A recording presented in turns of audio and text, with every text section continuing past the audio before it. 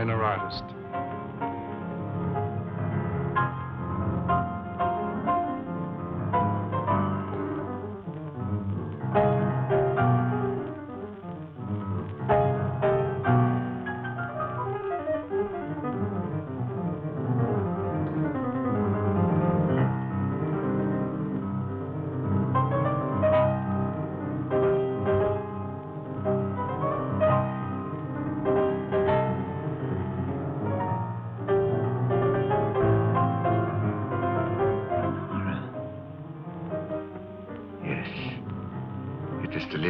Of her.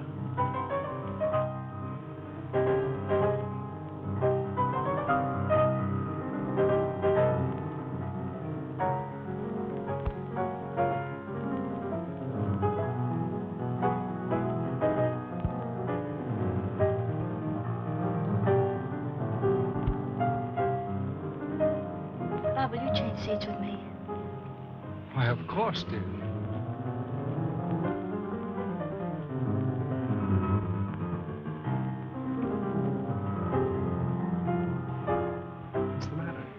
Nothing, but that man in the next box keeps staring at me.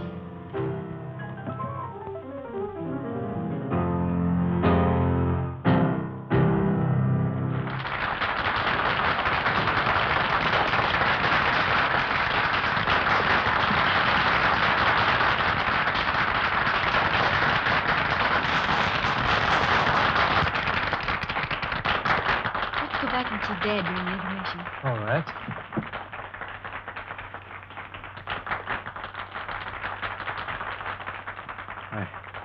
It is like seeing the dead return to life.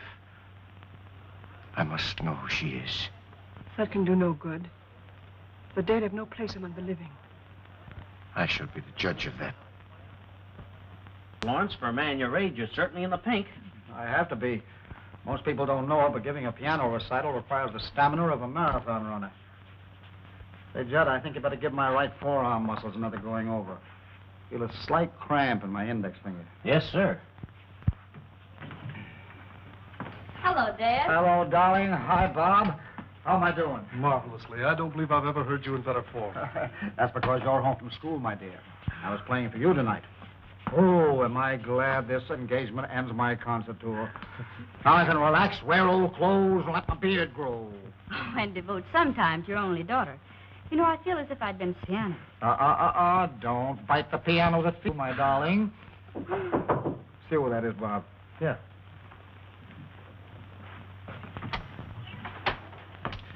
This gentleman would like a minute with Mr. Lawrence. Just a moment. Dr. Igor Markov is waiting to see you. Igor Markov? I don't know the man. I'll tell him to write me for an appointment. No, wait a minute, Bob. I've got a few minutes. Let him come in. My dressing gowns yet?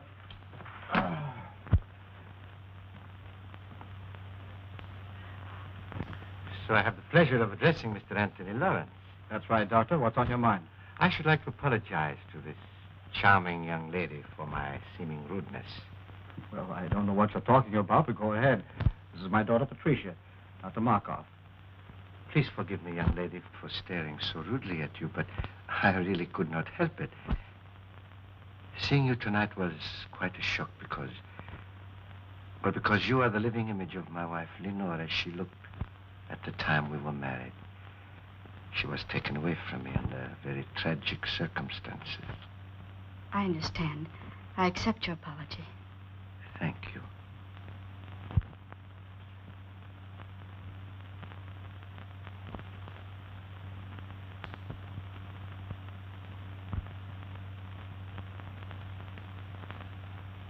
This will always remain an unforgettable moment in my life.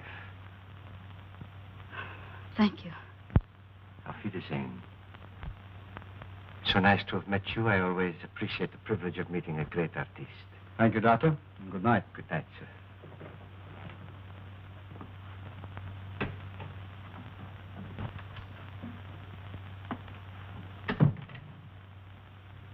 Funny people, these foreigners. Do you suppose Pat really resembles his dear departed, or... Or is right. That cock and bull story was old in Caesar's day. The nerve of the guy. My dear boy, you've got to get used to other men admiring Pat. She's a very beautiful girl. There's a difference between admiring and ogling. By the way he stared at me, he gave me the jitters. You'll find him in the next box, fishy stare and all. Oh, no, I won't. We're going to hear the rest of this concert from backstage. Then I'll have to get your wrap. You left it in the box. Oh, please do. I'll wait for you here. Well, Judd, 5 minutes. We better get ready.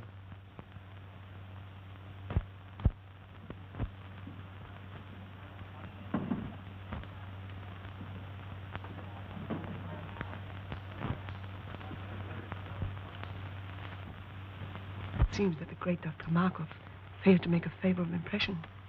Temporarily, yes. But there will be many opportunities in the future. Besides, the doorman was not averse to accepting a little gratuity and gave me all the information I needed. Igor, I've risked my life for you. I've kept your secret all these years. Does all this mean nothing to you? Don't I mean anything to you? Because of your knowledge of my work, I need you as an assistant. You have never meant anything more, and you never shall. Keep that in mind.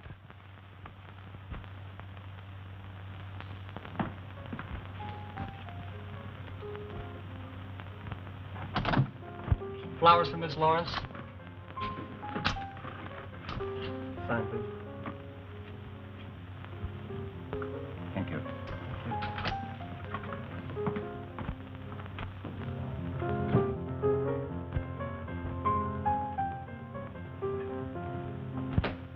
More flowers for you, Miss Lawrence.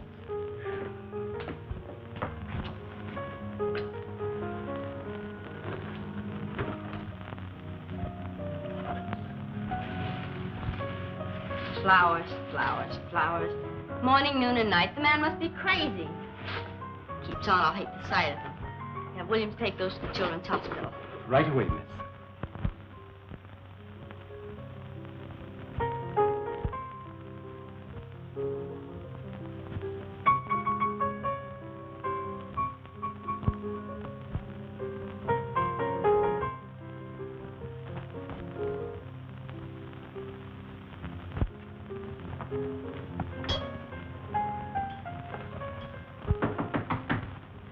Come in.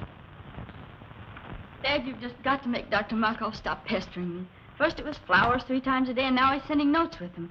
Now, look, I can't stand any more of this. You've just got to make him let me alone. Well, the man must be out of his mind. I never heard of such presumption. Now, don't you get upset about it, Pat. I'll take care of Dr. Markov. You just forget about him and let me handle this. What are you going to do, Dad? I'm going to call on our friend and tell him very plainly that his attentions to you are unwelcome, and he'll stop them immediately. You be careful, won't you?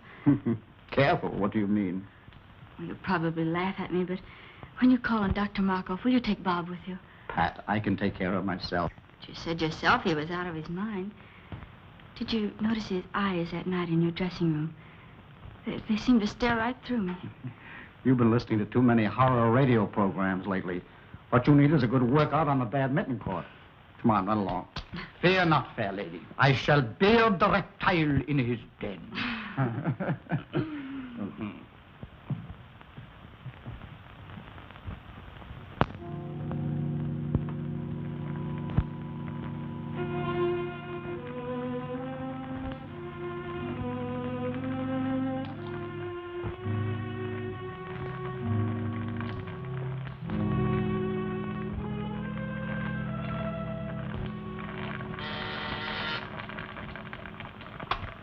Yes? Mr. Anthony Lawrence is here to see you, Doctor. I will see him in a few moments. Oh, and Maxine, you had better relieve me. I'm making a new batch of X54, and it requires constant watching. I'll be right in, Doctor. The doctor will see you in a few minutes. Won't you be seated? Thank you.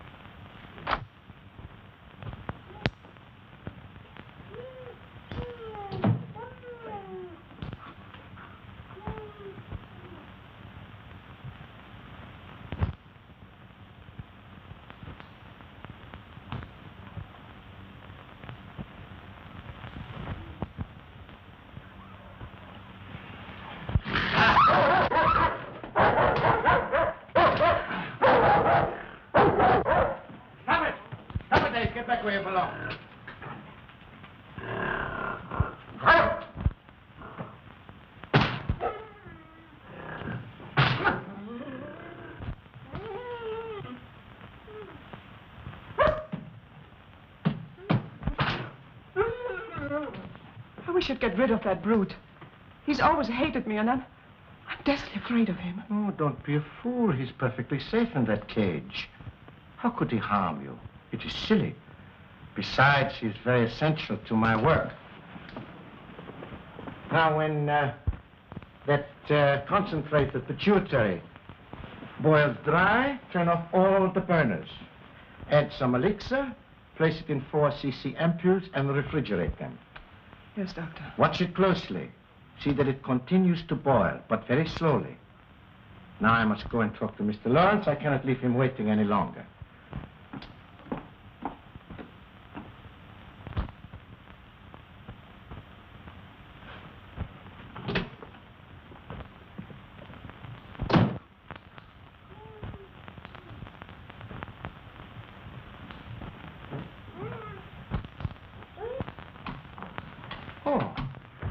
Mr. Lawrence, nice to see you again. This isn't a professional call, Dr. Markov. I've come here on a purely personal matter. Oh, well, in that case, you'd better come into my private office. Thank you.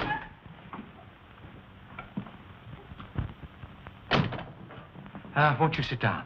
I'll remain standing, if you don't mind. Oh, as you wish. I'll get to the point very quickly, Dr. Markov. I've come here in regard to my daughter, Patricia. Ah, yes, a lovely young woman. And that's beside the point. She doesn't welcome your attentions. I'm forced to ask you to stop annoying her. I'm afraid you are being very insulting. Your persistence has left me no other choice. I've already explained my deep interest in your daughter. Perhaps you thought I was lying.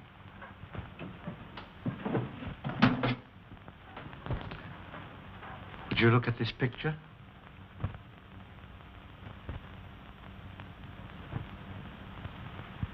What if there is a resemblance? That doesn't give you the privilege of annoying her. But I am going to marry her. Ma? I'm amazed at your conceit. I'm warning you, Dr. Markov.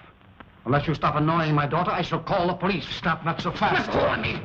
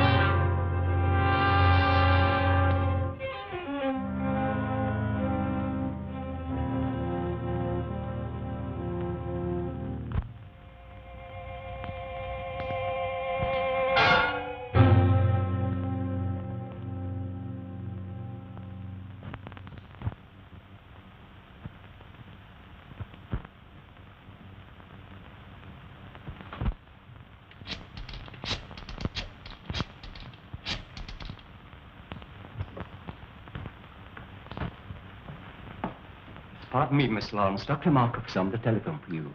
Dr. Markov? Oh, say I'm not in. But he says it's important. He must talk to you concerning your father. My father? I'll talk to him.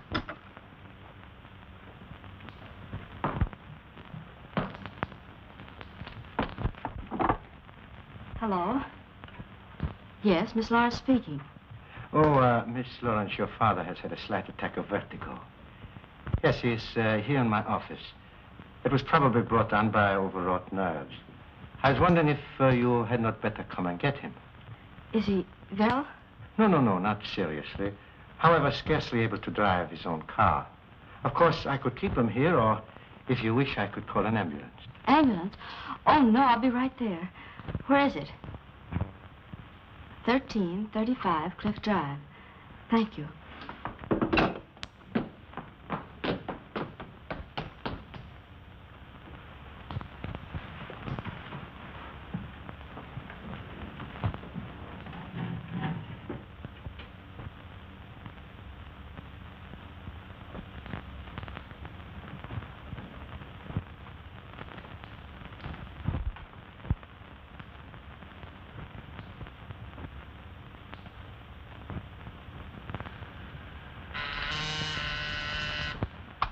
Yes, Doctor? Maxine, turn down all the flames to about half.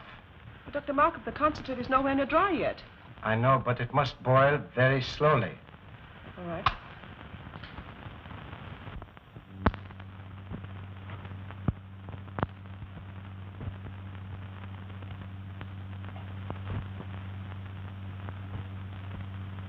So you see, Mr. Lawrence, nobody having witnessed our encounter, I am perfectly willing to keep it a secret.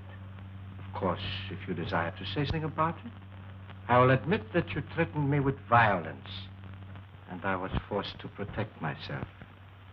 It is simply a case of your word against mine.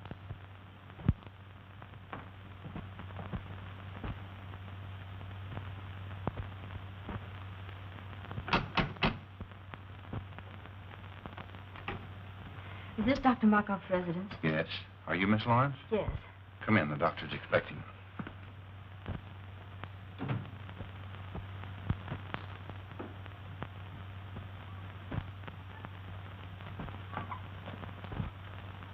Father, how do you feel?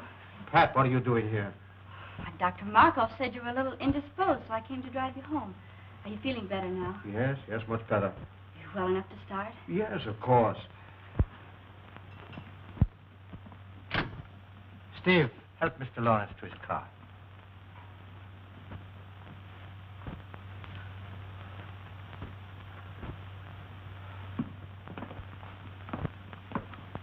Miss Lawrence, may I have a word with you? Yes. I think that your father would bear watching.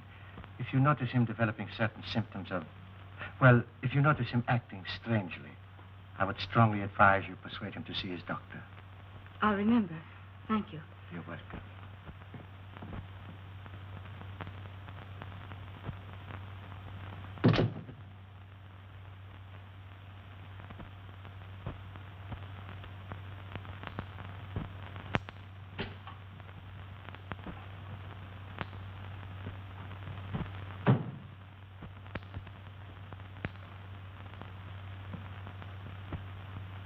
Have you finished? Yes, I did exactly as you told me. Why are you working on a formula X54? I thought you were satisfied with X53. Not quite. I have succeeded with X53 in arresting the disease acromegaly. But it will do no more than hold it in check. Come, I will show you.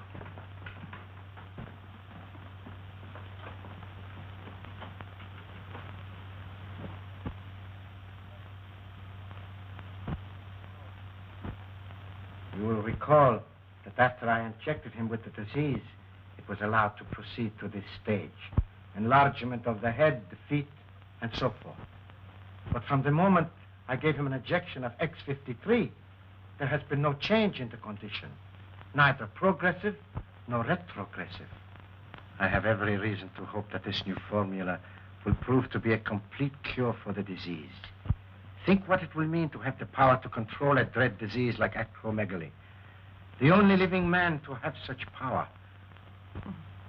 And why are you the only living man to have such power? You know why. Yes, I do. And you're not even a doctor. You stole the name and laboratory notes from the man you killed. He deserved to die. And his death made it possible for me to escape from Europe as the real Dr. Markov.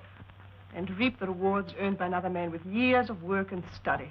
What I took from him was small repayment for what he tried to take from me. The love of Lenore, my wife, the woman I worshipped. But his love cooled as I knew it would when he looked at her beautiful face and saw the ravages of the hideous disease acromegaly. Did you deliberately inoculate her with that dread disease? I did. I was determined that no other man should try to take her from me. I knew if she were no longer beautiful, no one else would want her. Then I would have her all for myself. But she could not stand the sight of her own face. So she killed herself. This is incredible. Only a madman could do a thing like that. I'm getting out of here. I'm going to police. I will tell them everything. Police, I will tell them what a madman. Stop!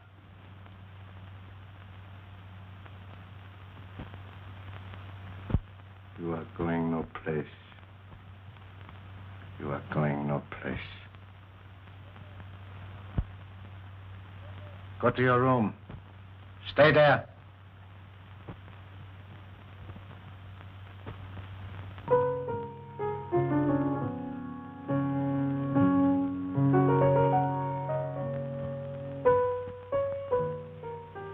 Good to have you back again with us, Bob. Glad to be back once more, Pat. It's no fun being away from you. I do wish you didn't have to spend so much time out of town. If I didn't, your father would probably get himself a new business manager. You know, it's chiefly on his business I'm away so much. I know. Bob, do you think you could book Father for a series of summer concerts? Pat, what are you talking about? If you knew the heavy schedule I booked him for next season, you'd want him to have a good rest. Oh, I do, but he can't seem to rest. I don't know what's gotten into him. He seems to have so much energy. He just can't seem to work it off. Well, let's hope it keeps up. But it can't, Bob.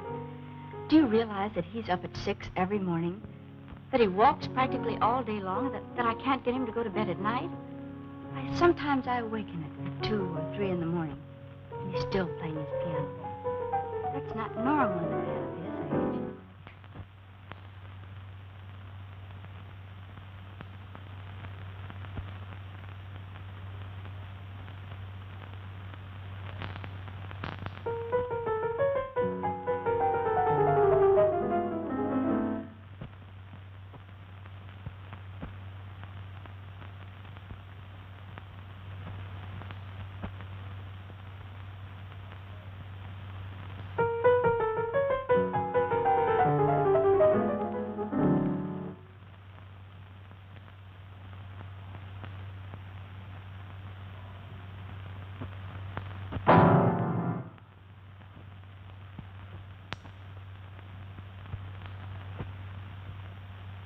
Pat, come here.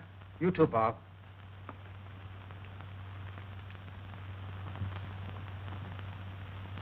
Doesn't it look as if my fingers were thicker? Well, your hands are swollen. Well, the fingers are anyway. Oh, I feel awkward. When did you notice this? The past few days, I felt something coming on. My feet, too, seem enlarged. All my shoes feel tight. Do you suppose you've eaten something that poisoned you? Oh, no. I'd know it if I had. He said if you felt bad, I should persuade you to see a doctor. Who said? Dr. Markov. Markov? When was that? That day you went to see him about a social matter. Oh, rubbish. Why should I see a doctor when I never felt better in my life? Because I want you to, Father. Promise me you'll see Dr. Adams at once. Let me call him now. Nonsense. There's nothing the matter with me, really. I'll tell you what I'll do. If this condition doesn't clear up by tomorrow, I'll drop in to see Dr. Adams just to put your mind at ease. But you won't go. You put it off. Why don't you let me call him now? Because it isn't urgent. Anyway, right now, I feel like going out for a walk. But you've been walking all day. I can't help it. I feel restless and full of energy.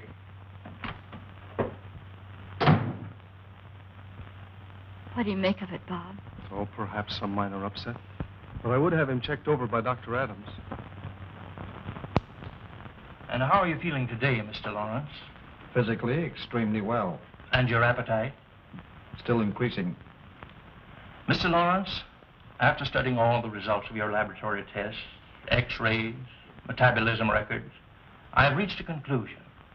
But not being satisfied with my diagnosis alone, I called into consultation Dr. Kruger and Dr. Naylor, whose reputation, of course, you know. Yes, certainly. And they, without any hint from me, both came to the same conclusion. Acromegaly. Acromegaly? Yes. It's a very rare disease, glandular in origin, activated by a defective pituitary. Doctor, can't you tell me in plain English what's wrong with me and how serious it is? I'm trying to tell you. You have a glandular disorder, a disorder of the pituitary gland. A disease so rare that medical science knows little about it as yet. Is it fatal? Fatal? Well, not necessarily. It's a progressive disease, enlarges the extremities. It's accompanied by an increasing amount of energy to a fabulous and dangerous degree. Is it curable? Mr. Lawrence, there is but one man, to my knowledge, who knows anything important about acromegaly. He's a specialist in glandular disorders, and I understand has devoted a great deal of research to this particular disease. I urgently suggest that you consult this man, who is in a position to do more for you than any person in the profession. Who is it? Dr. Igor Markov. Dr. Markov? Yes. Do you know him? Yes. Strange you didn't think to consult him. Well, I've just met him socially. I don't know him socially, but his name ranks among the top names in the profession. His reputation is international. So he is, therefore, the man that you should see, Mr. Lawrence. I'd rather not see Dr. Markov. Isn't there anybody else I can consult? No. He's the only man I know that can help you. He has not seen fit as yet to give out his findings or his method of treatment to the profession. So, therefore, if you're to be helped, you must go to him. And there's nothing you can do for me, Dr. Adams? Frankly, Lawrence, nothing effective. Well, thank you for your frankness. You will see him? I'll think it over.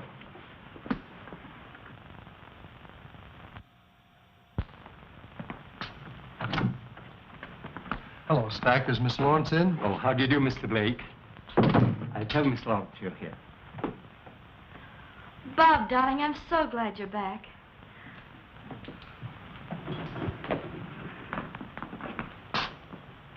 I've only been away 4 weeks. How are you, sweetheart? I'm so worried. About what? About Father. What's he been up to now? Well, that's just it, Bob. I don't know. He's locked himself in his room for weeks. He hasn't allowed anybody in to see him. Stack takes his meals into him, but he has to leave the tray in the music room. He says the door into the bedroom is locked and that Father won't come out until after he's left. Is he in there now? Yes, but the door from the music room into his suite is locked from the inside. He sounds in excellent form. He hasn't touched the piano in weeks.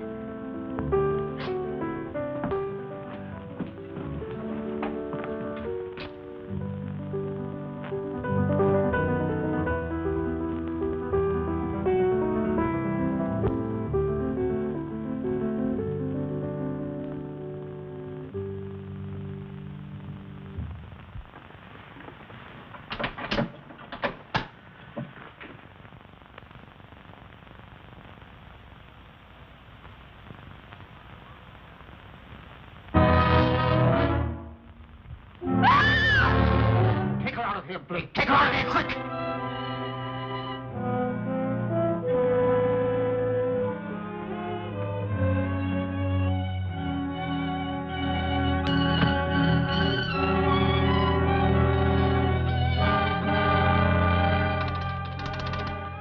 Oh, Stack. Have William bring my car down to the side entrance immediately and leave it there. I'll drive it myself. No.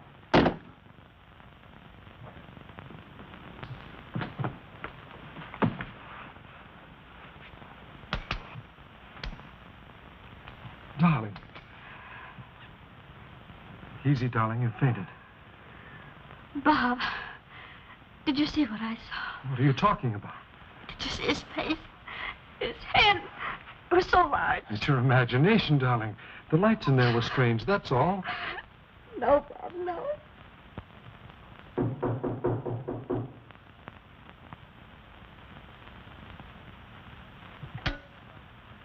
Maxine, see who's in my waiting room. Maxine!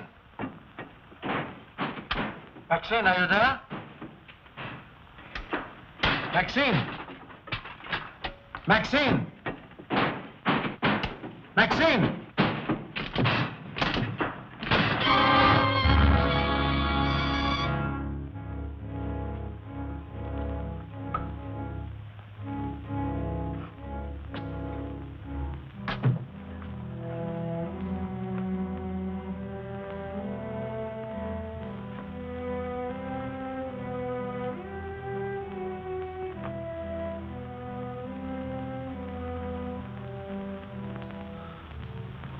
Lawrence. Yes, Markov. Weren't you expecting me? You knew I'd have to come to you sooner or later. To you, the one man with experience concerning the hideous disease of acromegaly. Oh, you had it cunningly worked out, Markov. So I would be forced to come to you. You alone for help. Then you would be in a position to dictate your own terms in exchange for that help. Terms which no doubt would involve my daughter, Patricia. Oh, you were clever, Markov. Exceedingly clever.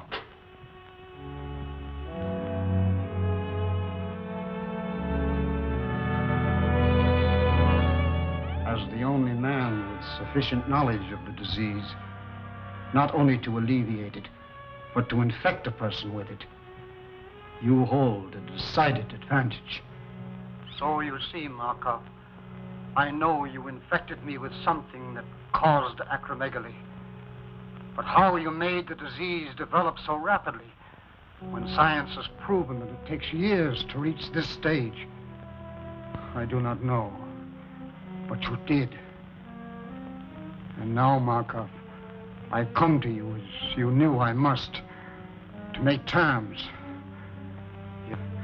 I've come to make terms. No, Lawrence, you overestimate my control of the disease.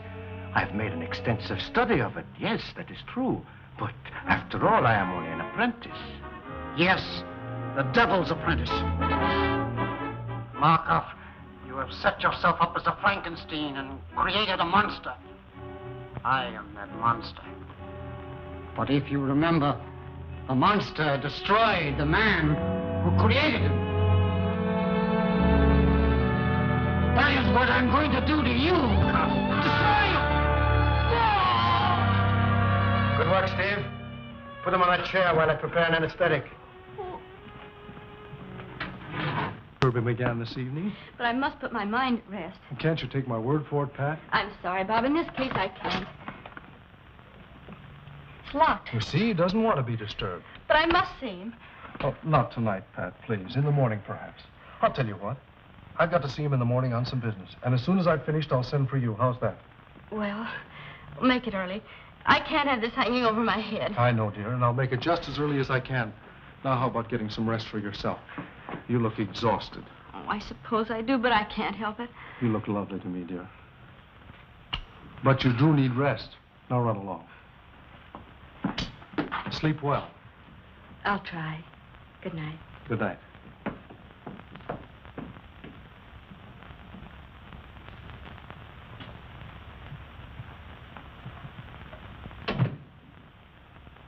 Oh, Stack. Stack, have you got a key to the music room? Why, no, sir. Why? Well, it's locked, and I wanted to see Mr. Lawrence. I'm sorry, sir, but he's gone out. Out? Oh, yes, sir, about a half an hour ago. He had his car brought around and then dismissed William. Where did he go, do you know? Not the slightest idea, sir. I didn't see him, but William said he was all muffled up. Oh.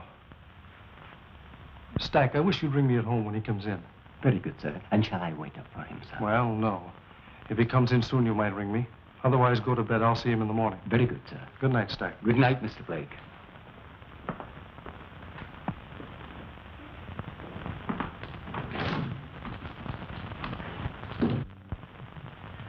Put him in the room of the surgery in the east wing.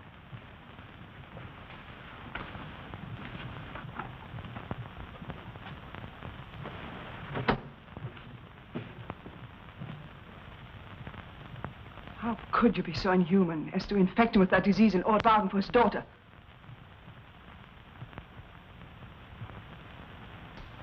Who gave you that idea? You left the dictograph open. I heard every word that was said. Forget what you heard. It does not concern you. I'll not forget. If you don't give up that insane idea of marrying Patricia Lawrence, I'll tell the truth about you. You would not dare. Oh, yes, I would. Does this mean that I have completely lost your loyalty? You speak of loyalty. You don't even know the meaning of the word. You seem to forget all the things I've done for you.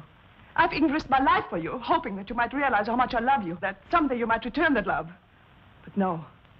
All I meant for you was just someone to help you attain your own selfish aims. I'm tired of it.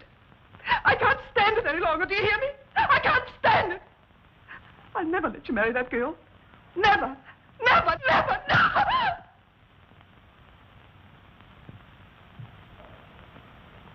Maxine, you heard nothing. You heard nothing. You heard nothing. Now go to your work.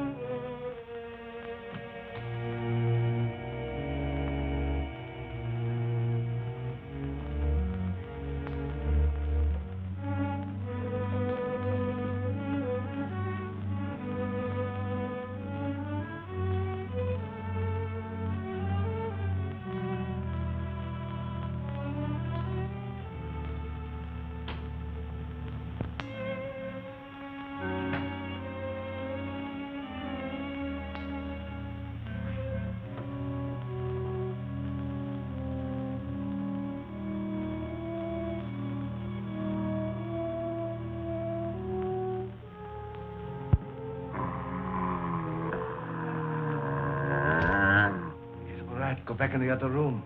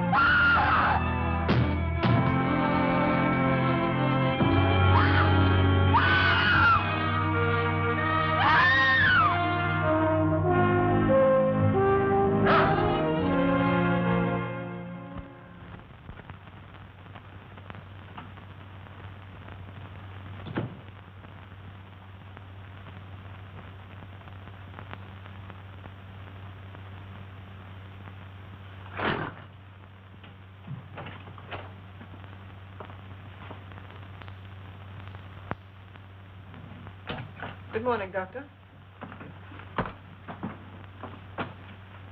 The murderer's cage was left unlocked last night. No, really?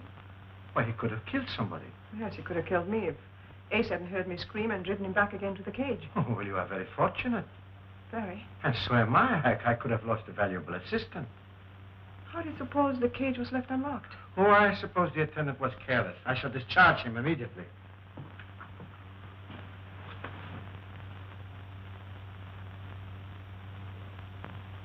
Look, Doctor. It's normal. You've discovered a cure. Maxine, it is marvelous. Maxine, this is great. Do you know what it means? It means that I can ask my own price. I can... Yes. Oh, by the way, Maxine, I have a special prescription I want filled at Handcuff and Groves. You will go and see to it yourself personally.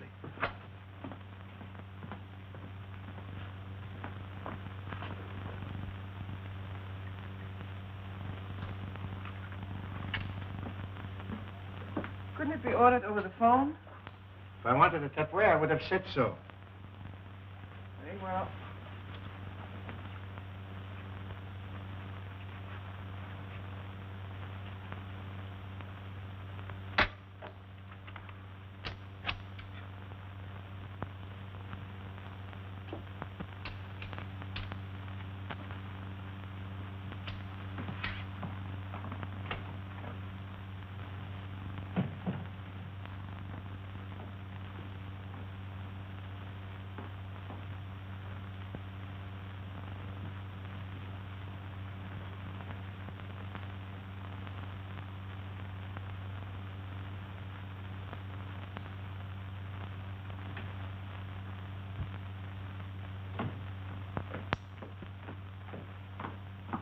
Good morning, Stack. Good morning, Miss Lawrence.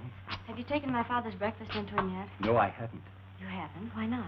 Well, as a matter of fact, your father isn't in. Isn't in? Where did he go? I don't know. He didn't say. When did he go? I can't exactly say. Sometime last night. Last night? Yes, miss. You mean he's been away all night and left no word? Absolutely none. I'll get it. Hello? Yes, Miss Lawrence speaking. This is Dr. Markov. Now, please don't be alarmed, but your father came to me last night for a consultation. Father came to you last night for a consultation? Yes. I found it advisable to keep him here for observation. How is he? Well, he's quite comfortable now. Yes, quite comfortable, Miss Lawrence, I assure you. I'll be right over and pick him up and bring him home. I would strongly advise against taking him home, Miss Lawrence. But why? I can't leave him there. Do you think I should take him to a hospital? I suggest you leave him right where he is, Miss Lawrence. You see, I have all the facilities here to take care of him in my sanatorium. Oh, I didn't know you had a sanatorium, too. I'll be right there. When Mr. Blake arrives, tell him I've gone to Dr. Markov's, 1335 Cliff Drive. Dr. Markov's, 1335 Cliff Drive. Yes. Very well, miss.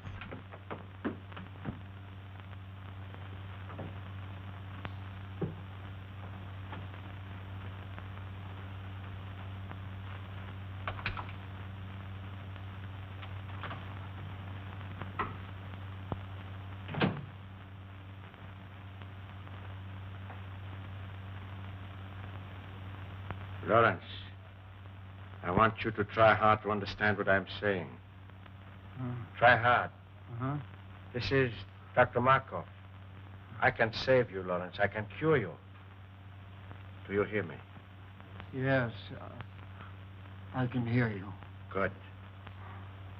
Remember that I am the only one that can cure you, and I will cure you on one condition. A very simple condition, Lawrence. Your daughter is on her way over here now. No! I want you to persuade her to be very agreeable to me. No! You can convince her that it is you she is coming to see. You can tell her that I am helping you. That is a very little thing to ask for your cure. No! Very well. We shall see about that.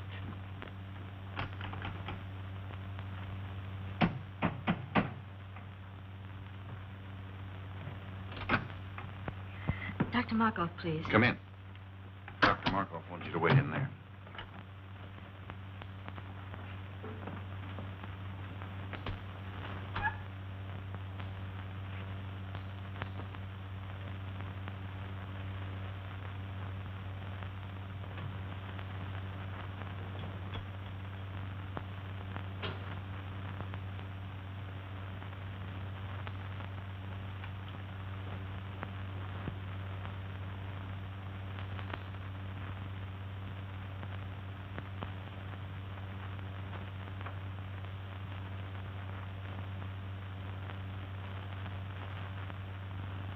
How long ago did she leave for Dr. Markov's stack? About a half an hour ago, I should say, sir. I'll have to step on it. 1335 Cliff Drive, you said. That's correct, sir.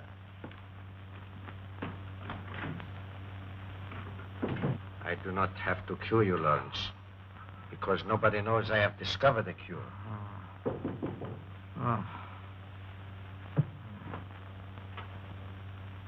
Miss Lawrence is here.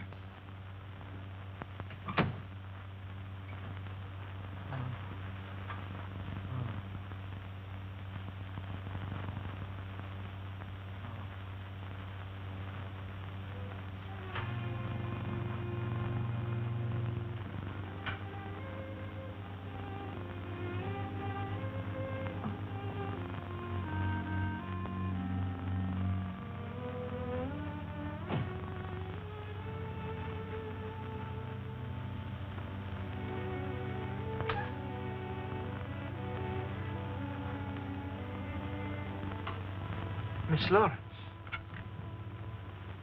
Oh, it is a great pleasure seeing you again. Dr. Markov, how is my father? He's resting comfortably. Please be frank with me. What's the matter with him? It is a glandular ailment. How serious is it? Well, Miss Lawrence, I'm afraid it is quite serious, particularly in your father's case. Why particularly so in his case, Dr. Markov?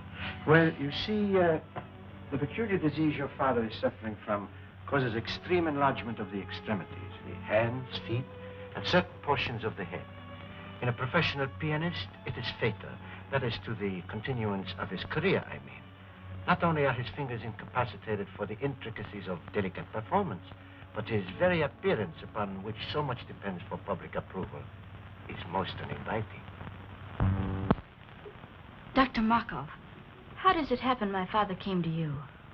I think you will find that your Dr. Adams sent him to me. Dr. Adams? Yes. Dr. Adams made exhaustive tests and in consultation with several eminent colleagues of his, diagnosed your father's case, and correctly so, as acromegaly. Acromegaly? I never heard of it. If you have, it is very rare. And since glandular disturbances are my special field, and acromegaly my particular interest, your father was advised to consult me. With what results? I am anxious to cure your father, Miss Lawrence. Most anxious. Providing he is willing to obey my instructions to the letter. Do you anticipate any lack of cooperation on his part, Dr. Markov? Perhaps some. You see, Miss Lawrence, it is rather long and slow treatment. Naturally, a man of your father's nervous temperament will be impatient, obstinate, even rebellious on occasion. Progressively so, as the brain begins to function more normally. You see, Miss Lawrence, your father is mentally incompetent. You mean he's... Oh, well, shall we say, temporarily unbalanced mentally. The functioning of the pituitary, being aggravated by pressure, makes the patient physically violent on occasion, and great care must be taken that he does not do violence to himself or to others. Dr. Markov, I'm my father. I can easily understand your need to do so, Miss Lawrence, and I would gladly save you the pain if I could. But I know you will not be satisfied unless you do see him for yourself. Besides, it will give you a basis for comparison. It will give you new hope from day to day as you see him improve. Where is he? Take me to him. In a moment. But remember, although he is still under a sedative, he might easily be aroused to violence.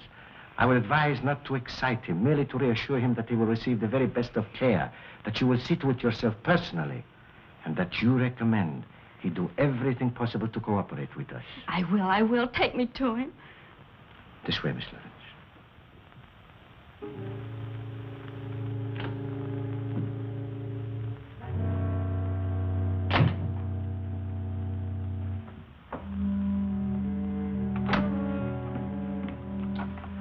You know what to do.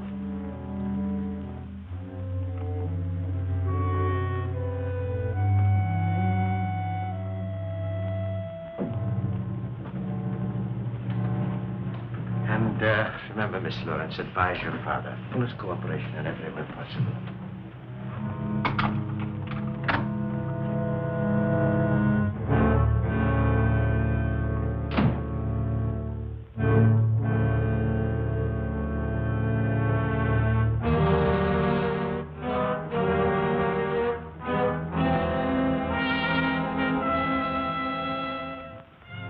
How ghastly.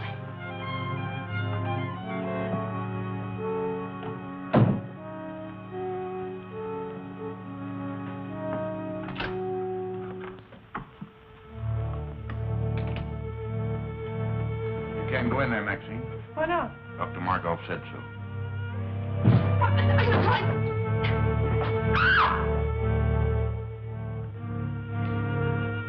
Father, speak to me. It's Pat.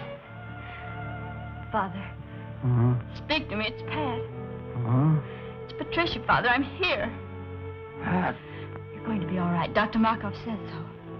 Markov. Yes. He's going to cure you, he and I. Markov.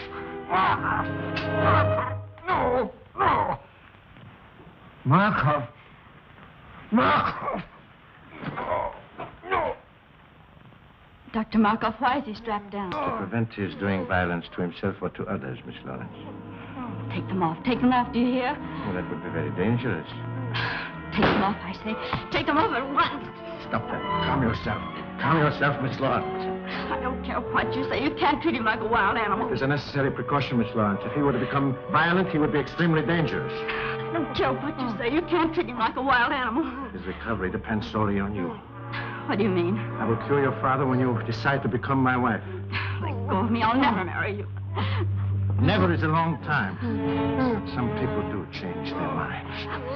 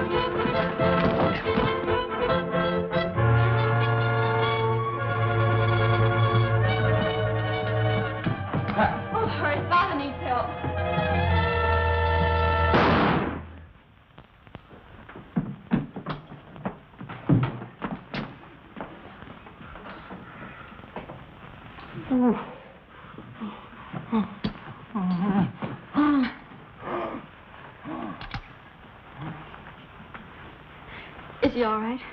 Yes, he's just fainted.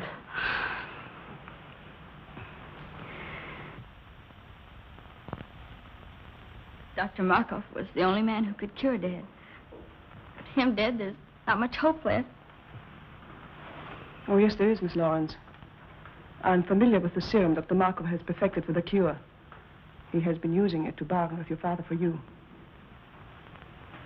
He'll be all right. It might take a little while, but he'll be all right. Thank you.